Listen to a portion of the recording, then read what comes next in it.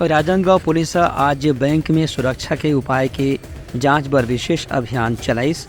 ये मौका राजनांदगांव के सीएसपी अमित पटेल बैंक के अधिकारी मन लगे ही कि आजकल बैंक में लूटपाट और डकैती के घटना अंजाम देने वाला आरोपी मन नवा किस्म के तकनीकी औजार के इस्तेमाल करत हैं।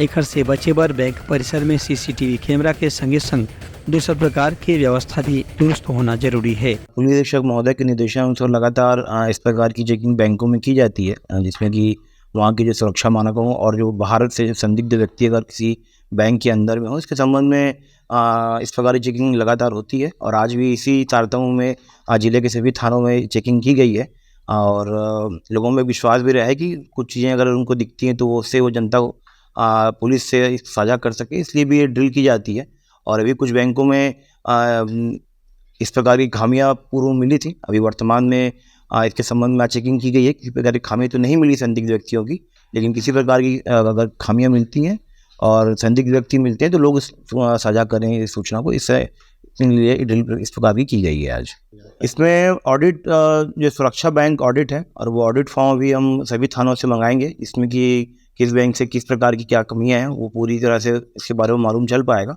तो उसके बाद इसमें वैधानिक कार्रवाई की जाएगी।